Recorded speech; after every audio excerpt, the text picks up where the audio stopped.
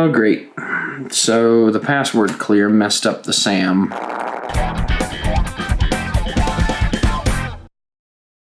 First, before we get too far into it, I want to show you my orange monkey that's with an IE tripod. This thing right here has been absolutely wonderful. This desktop tripod, I've had so much use out of this. It helps with these repair things, which I'm about to show you. Also, Fulsters, Australian for piss. Here's the situation. This computer is one that they haven't used in a while and forgot the password to. So it's not that important other than to get them going again.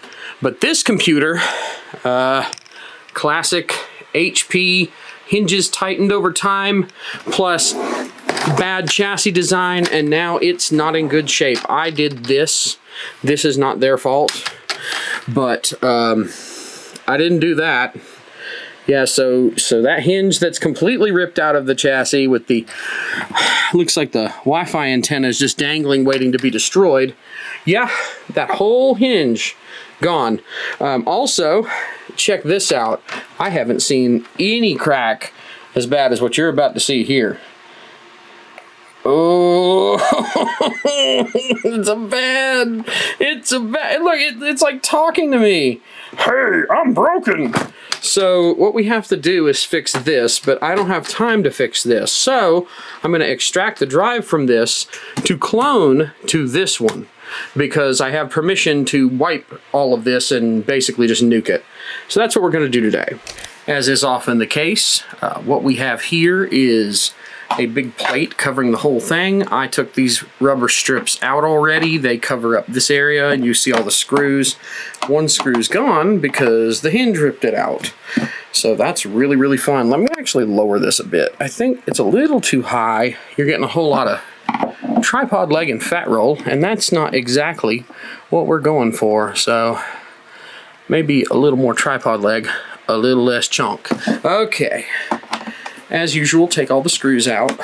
I know it's just really difficult, right? Like, I never say that. I've not once in a computer repair video have I ever said just take all the screws out of the bottom of the computer. Might speed this up just to make things easier on you. Of note, though, this particular model, which is, what is this? HP laptop. Oh, that's helpful. 17, I think that's a T-BY000. I'm not entirely sure, but apparently it's in focus, so I'll figure it out later. And this screw right here holds in the one thing this has that a lot of modern computers do not, an optical drive, and there are two flat screws right here underneath said optical drive, which you also must take out or you won't be able to get this thing apart. I'm noticing this hinge area screw here is stuck and doesn't want to come out. That is a bad sign. There's two more screws under here. There's a Taco Bell in my pocket. It's really just probably one of you leaving a comment. Actually, out of sheer curiosity, because I think it would be fun, why don't we check it out real quick? Give me that screw. Okay. 98% yes on my most recent poll. Thanks. Okay. There are two black screws here. There is a secret black screw that you may not immediately notice. It is actually right here. So we have to get this out. And notice the angle. It is on the angled part of the front of the base here. This is going to get ugly. This hinge situation is already pretty dicey. Normally I use a pry tool to pry this up. In this instance, it's sort of already ripped up over here. I may just open it over here. You so pale, huh? What are you so pale about? Yeah, that's this guy. He's desperate to get this thing back. And I can't say I blame him, because he thought he had more time and then something came up, so now he really needs the data that's on this drive to be on a functioning computer. And that's it. Oh, come on, don't do this. Okay. you have to pop these seams, and good thing I have fingernails this time. I cut my nails semi-frequently, so yeah. Okay, this is busted. That's fun. Oh, that screw came right out. Now that it's out, and will this one come out? Yeah, there we go. Okay. Battery's not puffy. Ooh, a hard drive. A hard drive. Ew. Okay. Here's our hard drive. I mean, you probably already figured that out. But here's the hard drive. It's held in with nothing but this sled here. So if you just lift it up and pull it away a little bit, there are these two tabs here that kind of fall into these covers. But once you've got it up, you can pull this cable gently off of it, and there it is. That's it. Drive extracted. Hang on. Okay. Any old USB to SATA adapter will work for adapting a hard drive like this. So that's what we're going to do. And of course, this stupid thing is in my way. So we do have to take this off after all, which is infuriating, but oh well. It's so difficult. Oh man. I don't know what I was going to do. That was so hard. Alright, now it should just go on. Yep, nice and flush. So let's switch to that machine. Okay, for the sake of making it easier for you to see the screen, I've turned off the lights. And this is a Tritech Service System flash drive. This is my custom in-house Linux distribution that I use to do this kind of diagnostic work. We're just going to plug it into any old USB port for now. And this is the hard drive, which we'll just set aside. Let's look and see if we can find our USB 3.0 ports, because we should have some. Hey, genius, turn the light on. Well, first of all, that side doesn't have anything. And second of all, actually, let's turn the light on. I see a 3.0 port right here. So right beside this drive, there's definitely at least one 3.0 port. Reboot. We'll use the power button that's down here to reboot. Restart. And I've already checked it and turned off secure boot so that I can boot into my magical old junky piece of junk Linux thing. F12, F12, F12, F12, F12. And here we go. EFI USB to... Damn it, I must have checked secure boot on the other computer, not this one. Okay, we'll power it off, power it back on, do it the hard way, I guess. Could have sworn I turned it off. It installed a BIOS update without permission. Oh, come on, really? Okay, give me a minute. Okay, let's try that again. Here's BIOS setup, and we need secure boot, which was disabled, to be disabled. BIOS update should not be resetting that, but it did. F12, F12 to get this thing booting. I moved the camera so that you can see a little better. I hope that's okay. USB. Tritech Service System. That's more like it. We have no network hooked up, so it's complaining a lot. It's going to find the flash drive. There we go. Now let's find out. Ooh, it does beep. Okay. So the system's not encrypted. It's mad at me, but that's okay. I got this little hack file script that does NTFS fix for me. Okay. And users, how much data do we have? It's an SSD, so it won't take too long to run a disk usage. Oh, how about SC instead? 5.3 gigs. Let's run my cleaner script. You know what? I need to do the disable thing first. It'll take a second longer if I don't do it. There we go. Okay, and I will probably just skip this for you so that you don't have to wait. That didn't take nearly as long as I thought it would. Okay, let's find out how big the user data is now. Oh crap, didn't mean to do all that.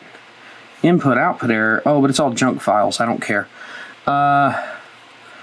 Yeah, that figures. So 4.6 gigs. We probably should do a check disk just to be on the safe side, so I'm gonna do that.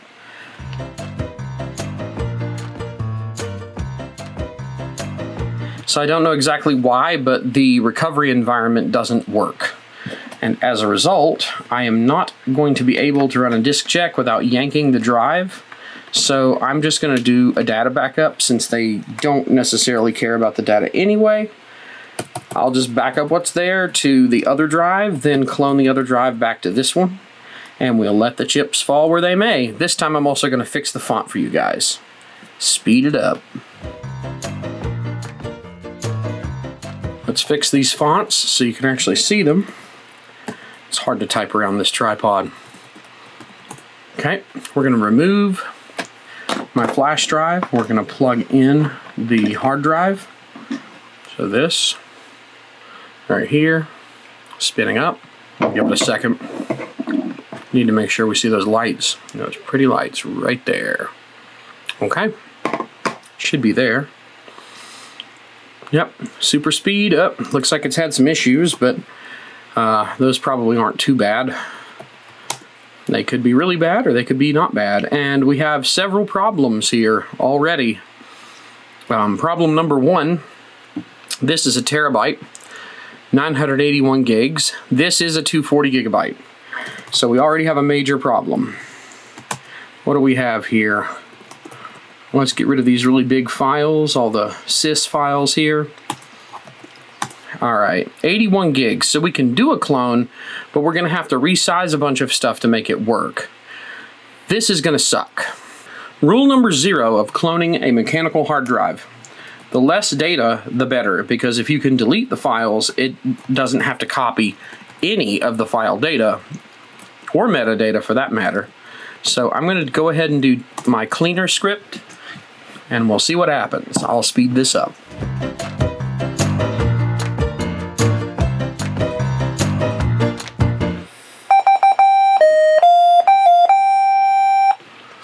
Well, it looks like we deleted 21 gigs for a total on disk of 60. And that's all we have to clone. So, yay, that's a quarter of the time gone. All right, next. From here, what we need to do is prep the drives. So, first of all, we need to mount the destination drive to get the data off of it. And I need to mount SDA3 again. SDB3. Now, normally, what happens is I use a backup program at this point that I've written. The target is SDB, which is the internal drive, the largest partition. We don't need a work order ID because we're not going to use that. We're going to manually enter a path, mount SDA3, backup, backup. Don't need to run the cleaner, no. And I just have to basically tell it what I want it to back up.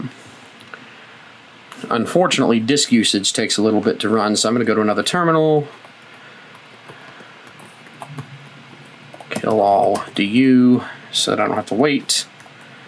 No, no, no, no, no, no. Don't need these bogus registry files. Users is, wait, 4.6 gigs. Okay, good. All right. And now we wait. And again, I will speed this up so you don't have to wait.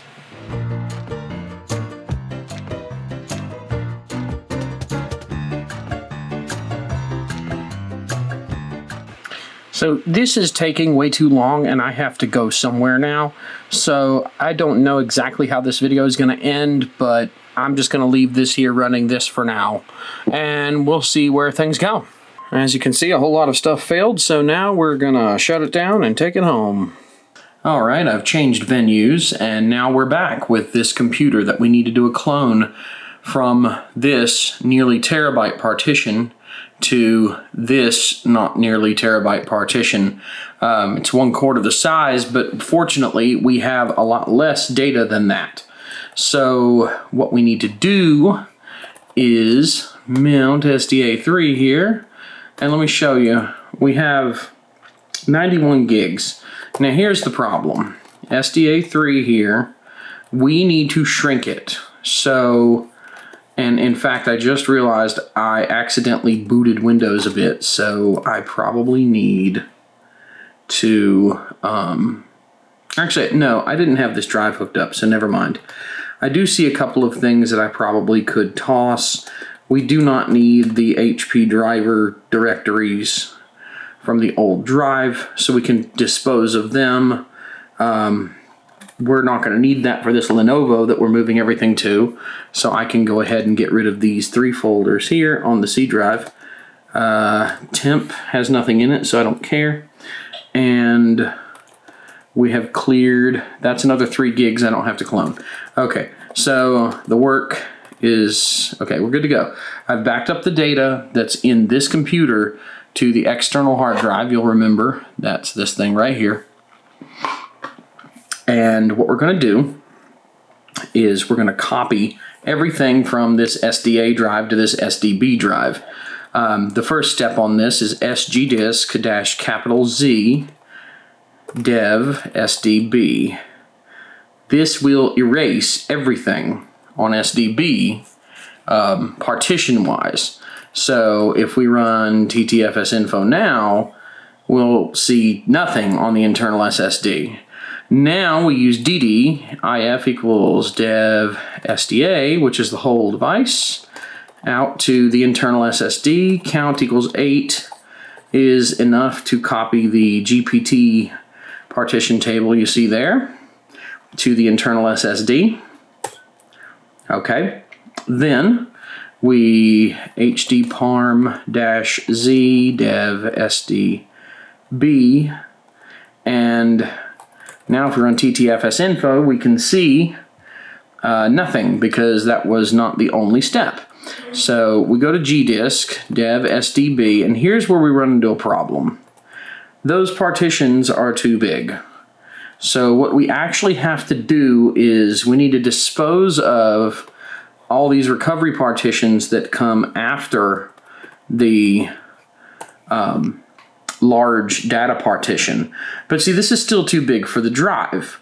So what we're going to do is we're going to delete and recreate that, but there is information that is lost when you do that. So it's not as simple as just deleting and recreating it. Here's what we have to do. And I wrote a tool that does this, and I'll just go ahead and show it on the screen because it'll just be a little easier. Oh, I'm running an older Service System flash drive and it doesn't have the tool. Okay, we'll do it the hard way. So if I do sgdisk is the script version of gdisk, the GPT fdisk tool, -i3 dev SDA. Okay, that's SDA's, you see the unique GUID there? That's what we need on SDB. So here's what we're going to do. gdisk dev SDB, the target drive that's too small, we'll delete partitions 5, 4, and 3. But Jody, didn't you just say that you need partition 3? Yes, I do, but the problem is if you try to recreate it, it's going to try to use the large values that are invalid again. So you write the partition table out and exit the program, then go back into it and create a new partition 3, and the defaults tend to be correct, but you have to set the type to 0700, which is Microsoft Basic Data, right? Yes, and that's the end of that. Now, this is the really critical step that tripped me up when Windows 8 came out and I tried to get these things to work. You have to copy that unique GUID. So let's go back to that. The source drive, the hard drive, the unique GUID is what Windows looks for to boot. So we need that unique GUID to get copied over, but if we do that for SDB, we see that that is not the same number anymore. It's not the same number because when you recreate the partition, it creates a random unique GUID. So we need to copy SDA3's unique ID to SDB3. And here's the fancy command for that. sgdisk -u3 $$ blah, blah, blah, sgdisk,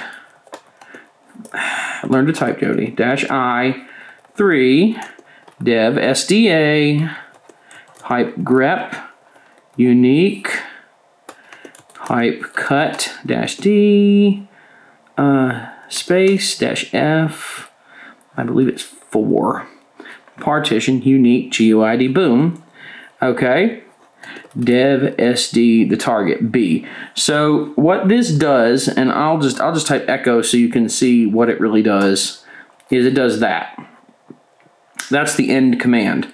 So what we're going to do when we run it for real is this stuff here that runs $ parenthesis and then closing parenthesis, that's a subshell.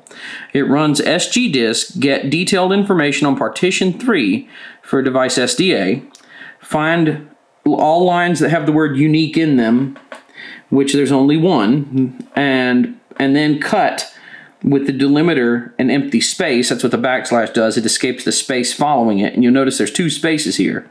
Field 4. So like I said, partition is field 1, space, unique is field 2, space, GUID is 3, and space, and then the actual identifier. So this $ parenthesis combo here, all it does is it gets the information for the partition, pulls out the line that has the unique GUID, and then cuts out just the GUID.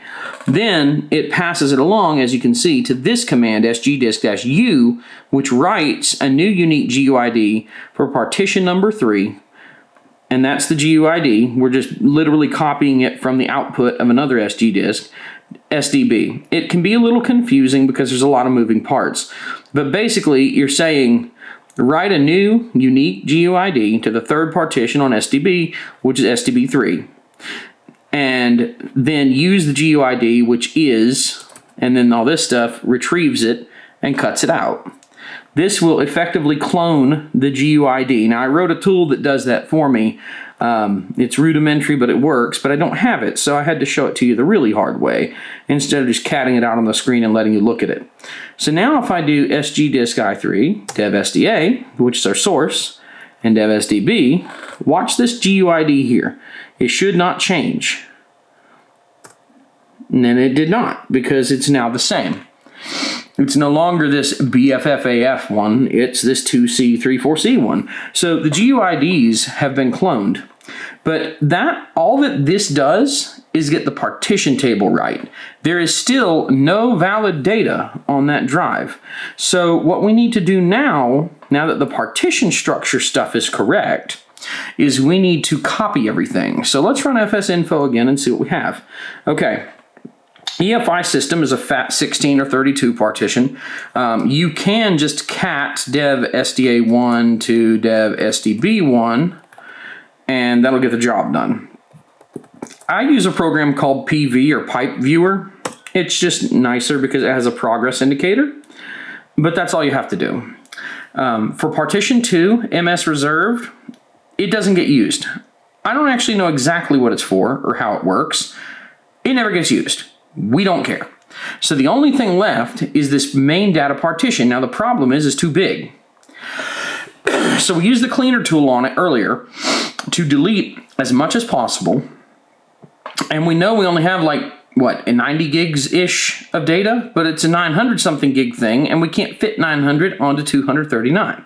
So here's what we do. NTFS resize, the NTFS tools here, NTFS resize, learn to type, /dev /SDA3-FI. That is force, so even if it's marked as needing a disk check, it'll still do it. And I gives us a good idea of what we could shrink it to. But it also will run this file system consistency check here and let us know if something's busted and I need to take this drive to another computer to run a check disk before we try to clone it to this system. If all else failed, and these were the same size or the source was smaller, you could literally just cat or PV or DD or whatever SDA3 to SDB3. However, since SDA3 is too big and won't fit on SDB3, you have to resize SDA3 down before you can copy the data over. And it looks like there's not any corruption that was detected. So we can go ahead and do this. Now it's saying I can do it for 94,482 megabytes, which is 94-ish, 95-ish gigs. But the destination is 239. So here's what I'm going to do. FNS, the N means no action, so it's not actually going to do it because this is dangerous. And this is the part where things get iffy. If you pick a size that won't work and you let it do the work for real, it will ruin the file system. So you use N and you do a dry run, a test with N, so that it tries it out, and if it doesn't work, then you haven't damaged anything. So for the size, what do we pick? Well, we can pick 94,482, which probably would fail, by the way. Normally when I see this, I pick like 95 gigabytes instead of 94,482 megabytes. But because the destination is much larger than that, I'm not going to waste my time. I'm just going to pick a rough number that's way bigger than the data and is smaller than the destination, 200 gigs. That also minimizes the amount of time wasted doing relocations, because if you try to shrink it really small, what's the point? You know, it'll fit whether it's 100 gigs or 200 gigs. And if you try to fit it in 100 gigs, you may have a lot more data that has to be shoveled from the end of the drive down further towards the beginning. And on an SSD, there is no benefit to packing the stuff that tightly. On a mechanical hard drive, there is, but we're cloning to an SSD, so it's completely pointless to shrink it as small as possible. It will have no benefit whatsoever, so we're just not going to bother. We're going to do whatever goes the fastest, and right now we're just waiting for it to finish doing a dry run, which means another file system check, and if it works, we'll take the N out and let it run the command for real. This shouldn't take long. Okay, it worked. Hit the up arrow, nuke the N, and let it do it for real. Let's see. It's still going to have to move 25 gigs. This is going to take a while, so I'm going to step away for a bit, and I'll just speed it up later.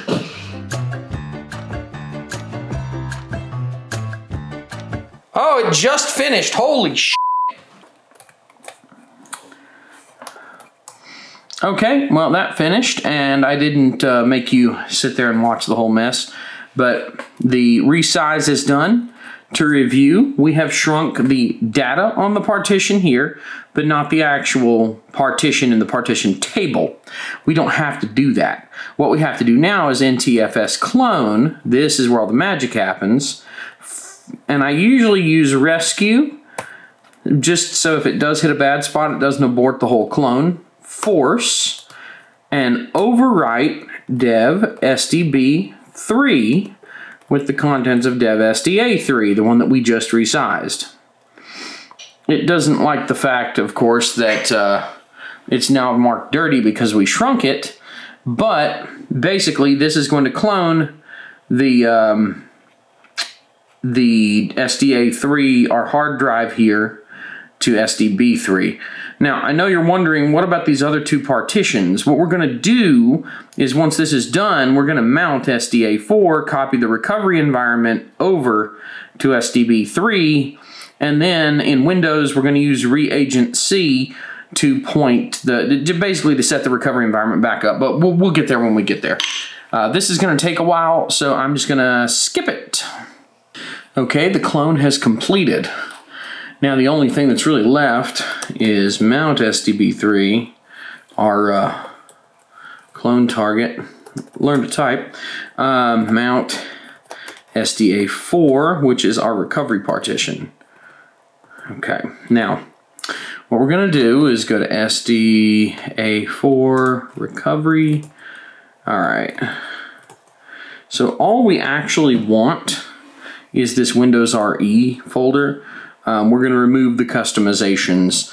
So I'm going to use rsync because I just happen to favor rsync, RTVW. This is just, you can ignore a lot of this. This is just me. I have sort of a predefined set of flags that I use. SDB3, recovery. In rsync, the trailing slashes are significant. So we're actually going to eliminate that. That will copy the recovery partition recovery stuff over. Come on. This is the Windows image, so it does take a minute. There we go. Okay. U-mount SDA4, CD SDA3, recovery. Oh, I'm sorry, SDB3. Recovery. Okay, and we're going to remove OEM customizations. I think we're going to remove Windows RE customization. Come on, don't be weird. Uh-oh, it's stuck for some reason. What happened there? Why? Why are you doing this? Okay, we'll just use another terminal because I don't know what happened there.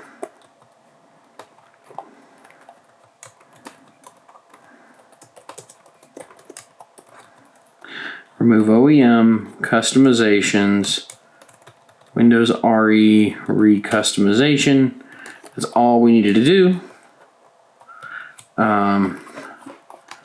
We probably can't unmount it because the stupid thing is still there. Let's just do this. Let's just kill all the shells that are open.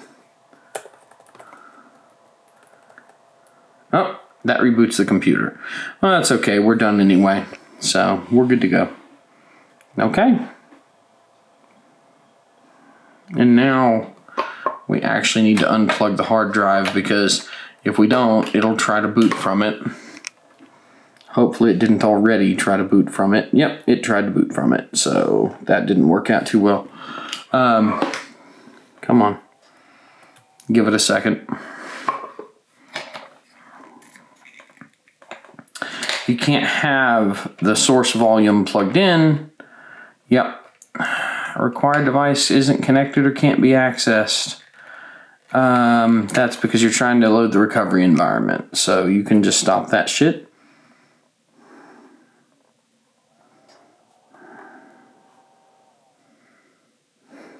Come on. Go away. Just boot into Windows already. It is possible that we'll have to do some sort of driver trickery to get it to boot, which would really make this an awfully thorough video, but we don't, because you see how the OEM logo pulsed and it says getting devices ready, so it knows that something's changed. So we really don't have to. It's having two volumes with the same GUID and all that, the same serial number and everything. That's what's really got it hosed. And I did leave out one more step. You're supposed to resize the file system to fit the partition, but killing the shell kind of messed that up for me. So yeah, let's actually go ahead and boot back into Linux if we can. Nope, wasn't fast enough. So we'll let it boot into Windows. It'll be okay, it'll work, but you won't be able to resize it in disk management until you fix it. So give it a second. Okay. Oh, come on. Password? Really? I don't know your stupid password. Okay. So we still have that to deal with. Alright, let's go ahead. Restart the computer. I think I know what the password might be, but we'll find out. Okay. Boot to Linux again. And I don't need everything. I just need to resize the one partition. So I'm not even going to wait.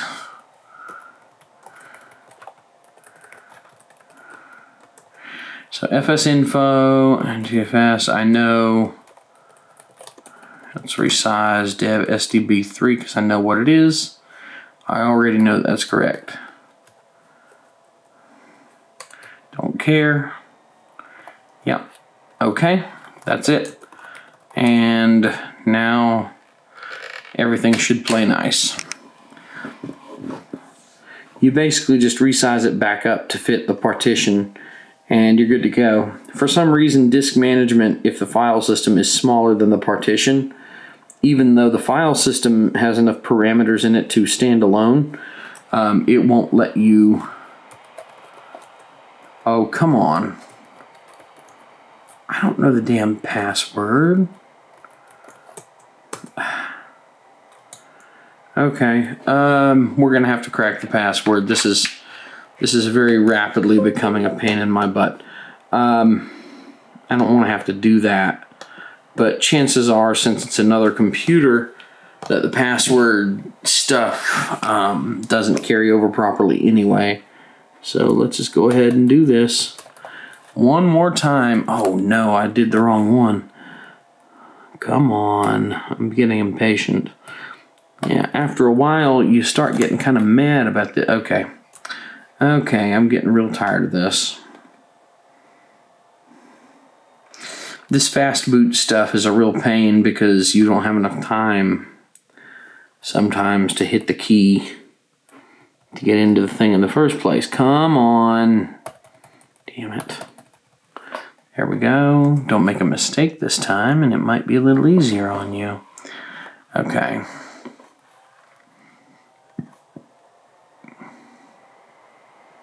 Here we go. One more time. All right. Get the font thing done. Wait for the network stuff to time out. Come on, hurry up.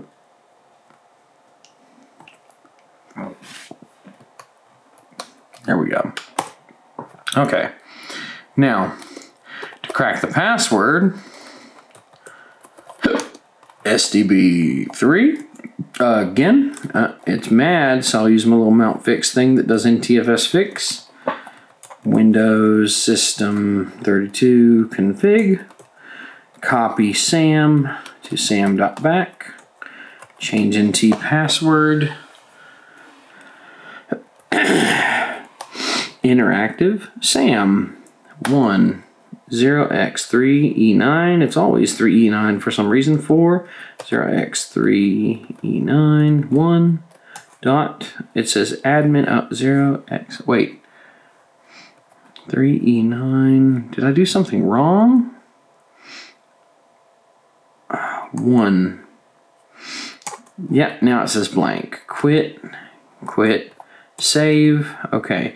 Now, just to check, this is a tool that I wrote. Mount.winregfs, SAM, mount misc, SAM, domains, accounts, users 003e9, and it doesn't have any internet stuff, so it does not have a Microsoft account attached to it, which is great.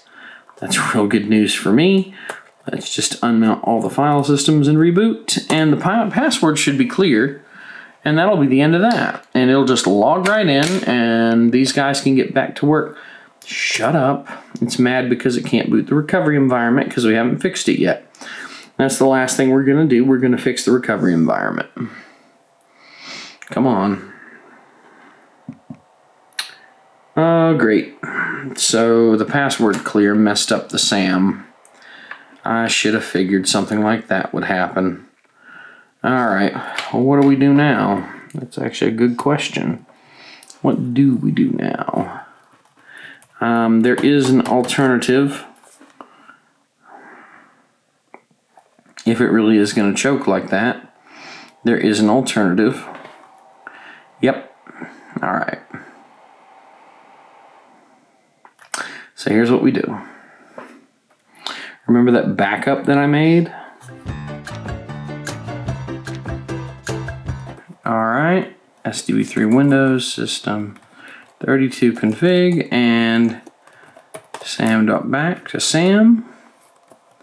And I don't know if we can pull a change NT password again.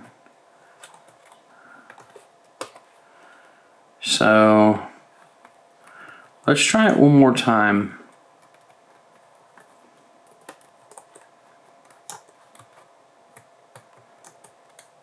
RX3E9, clear, quit, yes. Umount, sync and reboot and see what happens. I mean, the worst that can happen is it still doesn't work, in which case we may have to redo some stuff from scratch. Having to redo that clone again is going to make my day pretty bad. Yeah, it looks like something hosed the registry. Could be when I shut it down.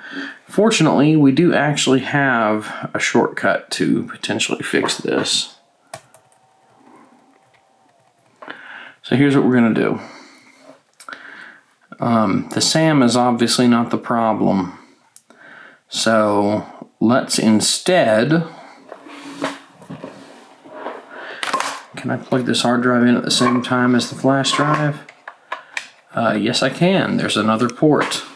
Good. So here's what we're going to do. Set font. Can we possibly... Yep, there we go. Okay, now I've got both drives hooked up. Mount SDC3. Mount SDB3. All right, do the fix SDB3. All right, SDB3, Windows System 32 config. Okay, not I, what the hell? CP, copy, mount, SDC3, Windows. Come on, I'm having a little trouble. Having to type around the camera is annoying. Alright, we're copying the system registry hive. Okay, my camera died, so I had to switch over to my backup camcorder. And we copied the system hive to the clone because I assume it got damaged. And we're now going to reboot and see if that was actually what did it. You have to yank the hard drive and you have to tell it you don't want to boot into the recovery environment. But I just told it to boot into the stinking BIOS again, so that's not helpful either. Here we are, fresh off another clone, so it's reboot time.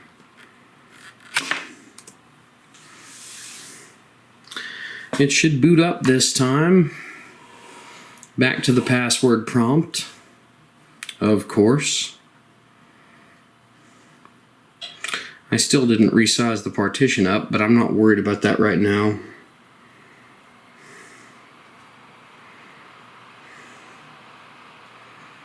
At this point, we really just need to get it to do a disk check before we do anything else. Okay, this time I did a clone, and then I did the password clear. I did not copy the recovery environment. I didn't do anything other than just password clear. And now I'm in with no password required. We're going to run a check disk, C:/F, yes, WinXUR, and it'll restart, and we should get a disk check. And once the disk check is done, I will go back into Linux and resize the partition and copy the recovery environment. Yep, there it goes.